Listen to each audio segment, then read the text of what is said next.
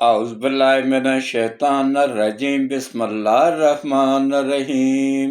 شروع کرتا ہوں اللہ پاک کے بابرکت نام کے ساتھ جو دلوں کے حال بہتر جانتا ہے۔ میری طرف سے دیکھتی آنکھوں سنتے کانوں سب کو السلام علیکم ورحمۃ اللہ وبرکاتہ۔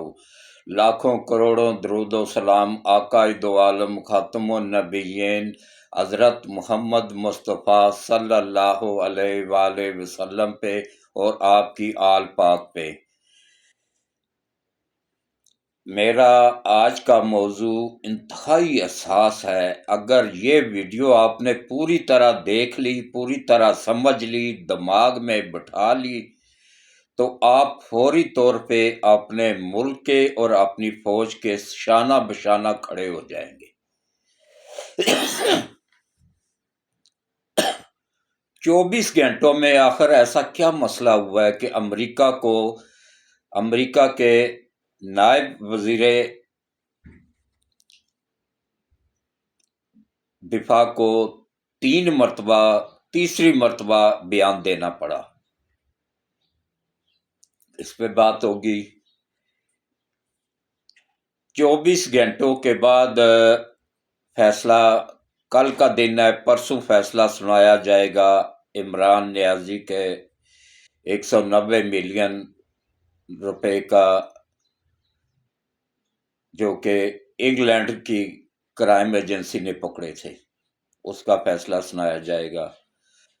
اور ایک بندہ جیل کے اندر بیٹھ کے آرمی چیف کو بھی دھمکیاں دے رہا ہے، وزیر اعظم کو دھمکیاں دے رہا ہے، صدر کو دھمکیاں دے رہا ہے، چیف جسٹس قاضی فائز عیسیٰ کو دھمکیاں اور گالی گلوز کر رہا تھا۔ آخر اس کے پاس کہاں سے اتنی پاور آئی کہ وہ جیل کے اندر بیٹھ کے یہ سب کام کر رہا ہے؟ اور اس کے پیچھے کون کون سی عالمی طاقتیں کھڑی ہیں؟ کس طرح ملک کو تباہ کیا گیا؟ پوری اسلامی ممالک کو صرف واحد پاکستان کی فوج بچی ہے جو کہ اس وقت اس ٹکر میں ہے کہ وہ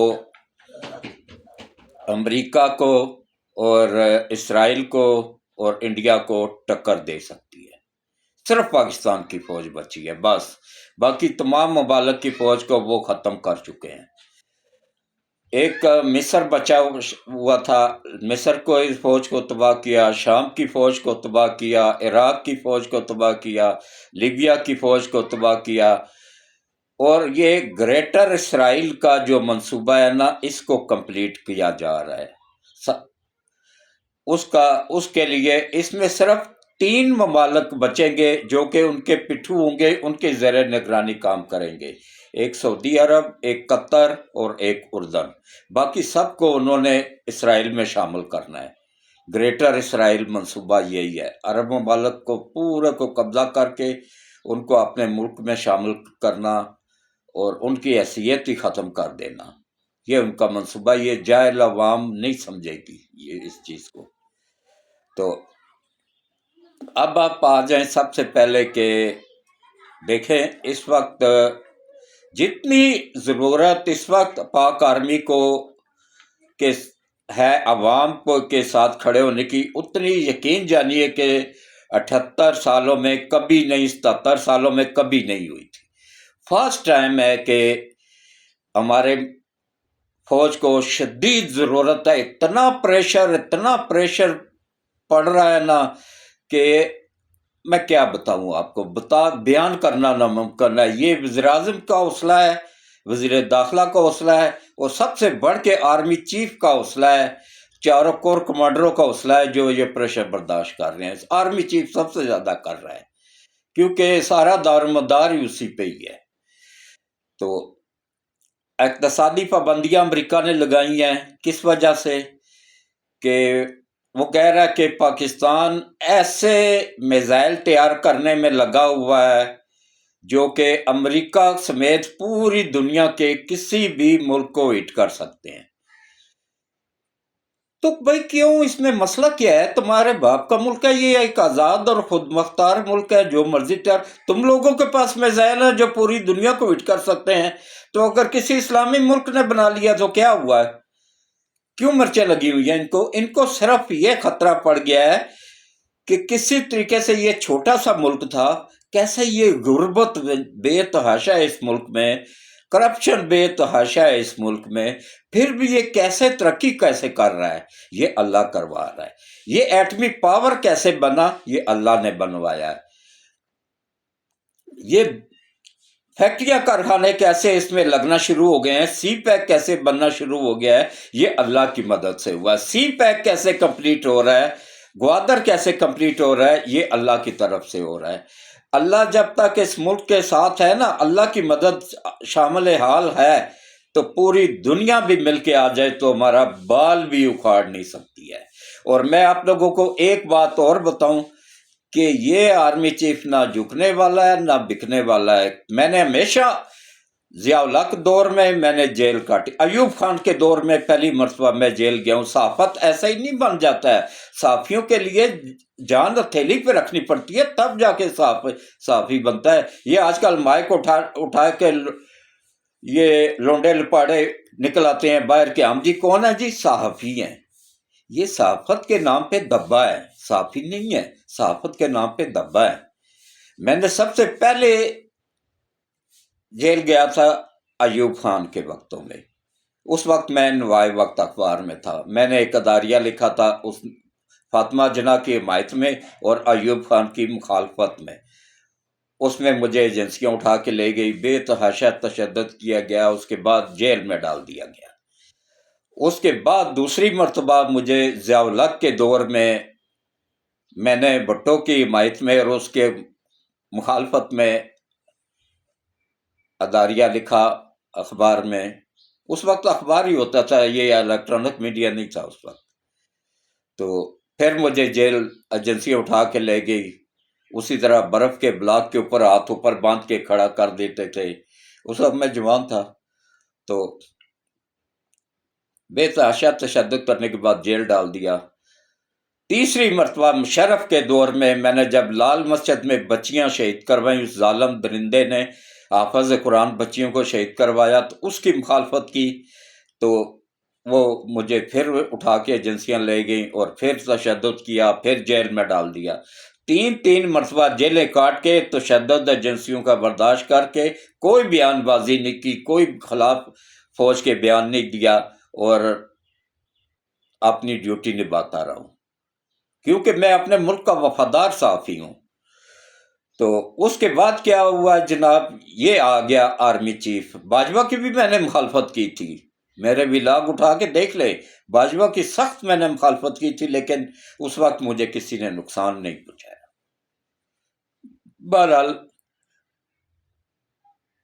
یہ جو آرمی چیف آیا، اس کے بارے میں نے پوری تحقیق کی۔ اس کے والد میرے دوست تھے، میں بچپن سے ان کو جانتا ہوں، ان کی پوری فیملی کو جانتا ہوں۔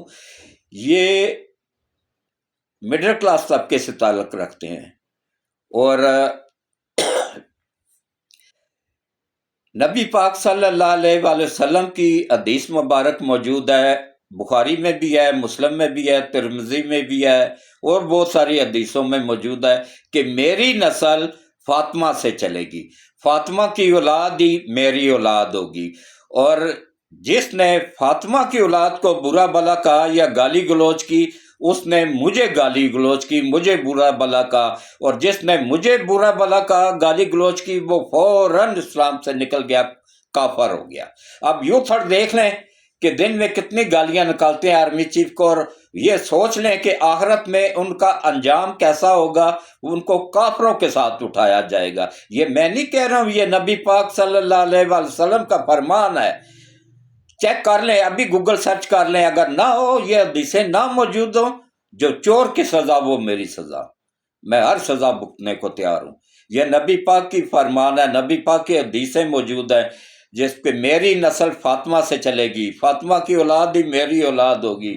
جس نے فاطمہ کی اولاد کو گالی دی، اس نے مجھے گالی دی، اور جس نے مجھے گالی دی وہ فوراً اسلام سے خارج ہو گیا، کافر ہو گیا۔ تو اب اندازہ کر لیں، سوچ لیں، یوں تھوڑا قوم کہ توبہ استغفار کریں، دوبارہ سے کلمہ پڑھیں۔ اب دیکھیں، توبہ کریں، قوم یوں تھوڑا توبہ کرے، دوبارہ سے کلمہ پڑھے، دوبارہ سے مسلمان ہو، ویسے تو مسلمان ہونا ان کے لیے کوئی ضروری بھی نہیں ہے، کیونکہ ان کو تو پہلا کلمہ نہیں آتا ہے، ان کے لیڈر کو بھی نہیں آتا ہے۔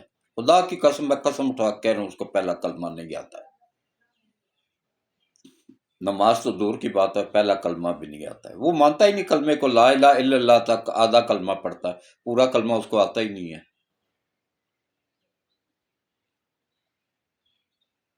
آگے جا کے کہتا ہے محمد رسول اللہ، جبکہ ہے محمد رسول اللہ، یہ ہے درست کلمہ، اس کو پہلا کلمہ تک نہیں آتا ہے، اسی لیے تو وہ آدھا پڑھتا ہے، اور یہ قادیانی پڑھتے بھی نہیں ہیں، میں آپ لوگوں کو صحیح بتا رہا ہوں۔ تو اب دیکھیں کس طریقے سے الحمدللہ یہ آرمی چیف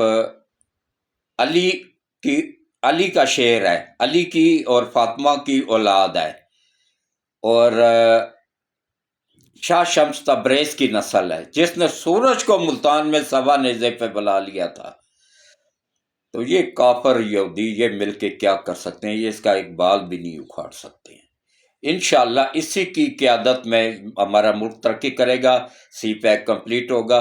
اچھا، امریکہ پابندیاں لگا دی ہیں، بھائی لگا لو، امریکہ نے اقتصادی پابندیاں لگا دی ہیں، ہماری فوج کی مخالفت میں آ گیا ہے، پہلے تو اپنا مورا، اچھا ان ممالک کو کیسے تباہ کیا؟ ان ہر ملک میں ایک عمران نیازی انہوں نے پیدا کیا، اسی کے تھرو ملک تباہ کروائی، لیبیا تباہ کروایا، عراق تباہ کروایا، شام تباہ کروایا، کوئی ملک چھوڑا نہیں۔ اور ترکی نے ویسے ہی گھٹنے ٹیک لیے، وہ اندرونی خانہ اسرائیل کے ساتھ ملا ہوا، کنفرم رپورٹ ہے، اندرونی خانہ وہ اسرائیل کے ساتھ ملا ہوا۔ اور شام میں یہ جو بغاوت ہوئی ہے نا، اس میں اسلحہ بھی اور سپورٹ بھی پوری قطر کی بھی شامل تھی، اور ترکی کی بھی شامل تھی، اور اسرائیل کی بھی شامل تھی۔ میں بار بار کہہ رہا تھا نا کہ یہ کوئی اسلامی نہیں، اسلام کے نام پہ دھوکہ دنیا کو دے رہے ہیں۔ یہ پاکستانی مولوی تو ہے ہی جاہل ہیں، یہاں پہ تو جہالت سب سے زیادہ پھیلائی مولویوں نے ہے، سب کو نہیں کہہ رہا ہوں، یہ جاہل مولویوں کو کہہ رہا ہوں، جنہوں نے یہ کہا تھا کہ وہاں پہ اسلامی حکومت بن گئی ہے، ان جاہلوں کو کہہ رہا ہوں، یہ احمد رضا جیسے جاہلوں کو کہہ رہا ہوں، جو کہ ٹراؤٹ تھا امریکہ کا اور اب بھی ہے۔ اس نے کیا کیا تھا؟ یہ جب اس پہ روس نے قبضہ کر لیا تھا نا افغانستان پہ، تو اس نے امریکہ سے ڈالر لے کے یہاں پہ لوگوں کو بھرتی کر کر کے نا تو جہاد پہ بھیجا کرتا تھا۔ یہ وہ احمد رضا ہے، یہ جو اب جس میں یہ پی ٹی آئی والے سارے ضم ہو گئے ہیں، اس کو اپنا اس کی پارٹی میں ضم کر دیا ہے پی ٹی آئی والوں نے۔ تو سنی اتحاد کونسل کے نام سے اس نے بنائی ہوئی ہے ایک تنظیم، جس کے تھرو یہ عالمی طاقتوں سے ڈالر لے کے کھا رہا ہوتا ہے۔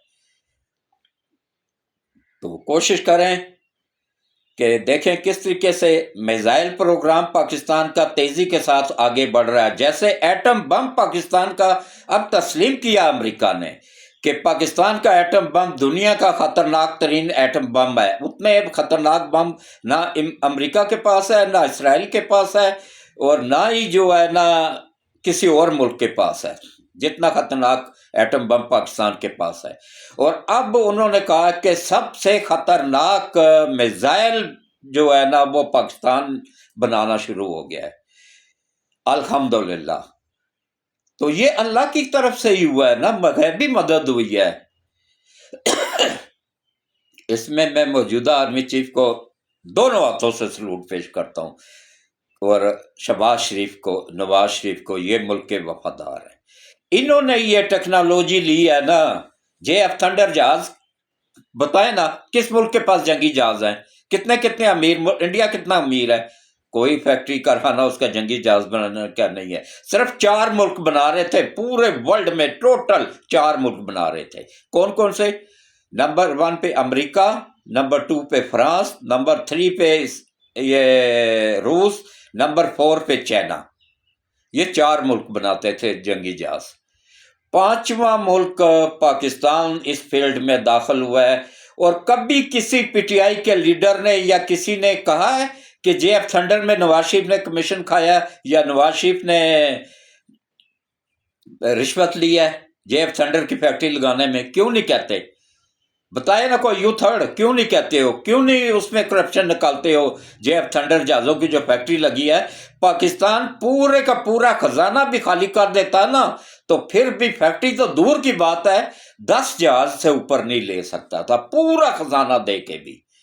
یہ پوری کی پوری فیکٹری الحمدللہ اللہ کا لاکھ لاکھ شکر ہے، اللہ کی مدد سے آئی ہے، اور نواز شریف نے اپنی ذاتی پیسوں سے، اپنی ذاتی جیب سے لگا کے پیسے، تو یہ JF تھنڈر جہازوں کی فیکٹری لگا کے گورنمنٹ آف پاکستان کو دی ہے۔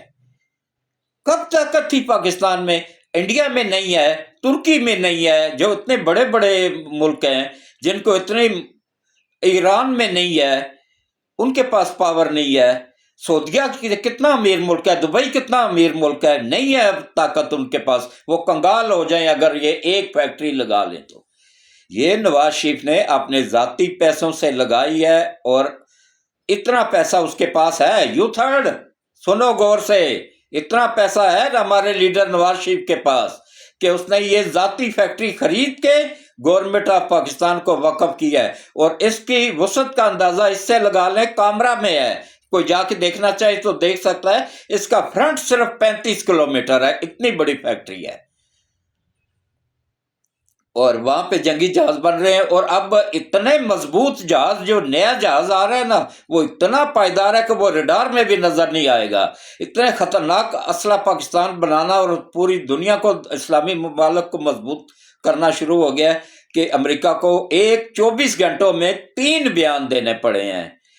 تیسرا بیان انہوں نے دیا کہ پاکستان بہت خطرناک میزائل، خطرناک جنگی جہاز اور خطرناک ایٹم بم بنا رہا ہے، جس سے کہ پوری دنیا کو خطرہ ہے، جس کے کو دنیا کے کسی بھی ملک کو ہٹ کر سکتا ہے۔ یہ چھوٹا سا ملک ہے، اتنا بڑا بھی نہیں ہے، یہاں سے بڑے بڑے ملک پڑے ہیں پاکستان سے، دگنے تگنی آبادی والے، دگنی تگنی اقتصادی طور پہ مضبوط ملک، لیکن کیا ہے کہ ان کے پاس نواز شریف نہیں ہے، ان کے پاس شہباز شریف نہیں ہے، سب سے بڑھ کے ان کے پاس حافظ سید عاصم منیر صاحب جیسا لیڈ کمانڈر نہیں ہے۔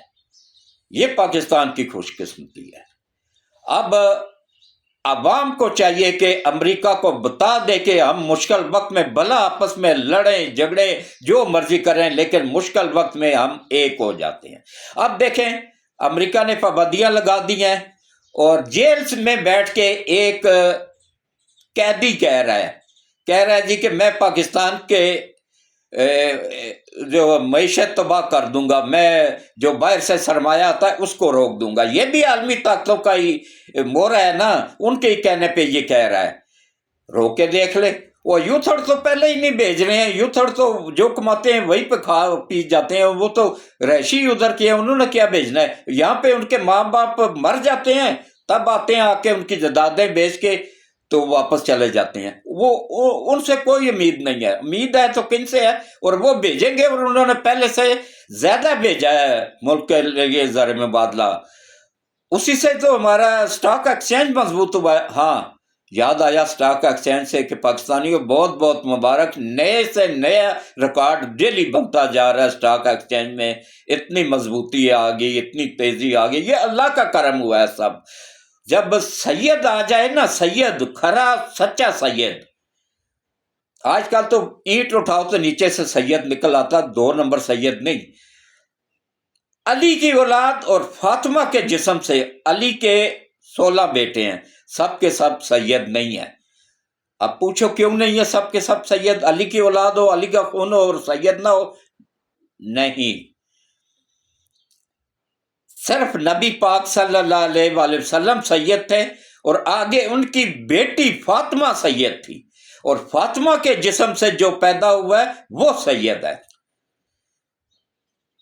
ثبوت چاہیے، ثبوت لے لو۔ کتنے چوٹی کے لیڈر ہیں، چوٹی کے عالم ہیں اور چوٹی کے ولی اللہ ہیں۔ حضرت سلطان بہو، انہوں نے اپنی کتاب میں لکھا ہے کہ اولاد علی کی ہوں لیکن سید نہیں ہوں، آوان ہوں۔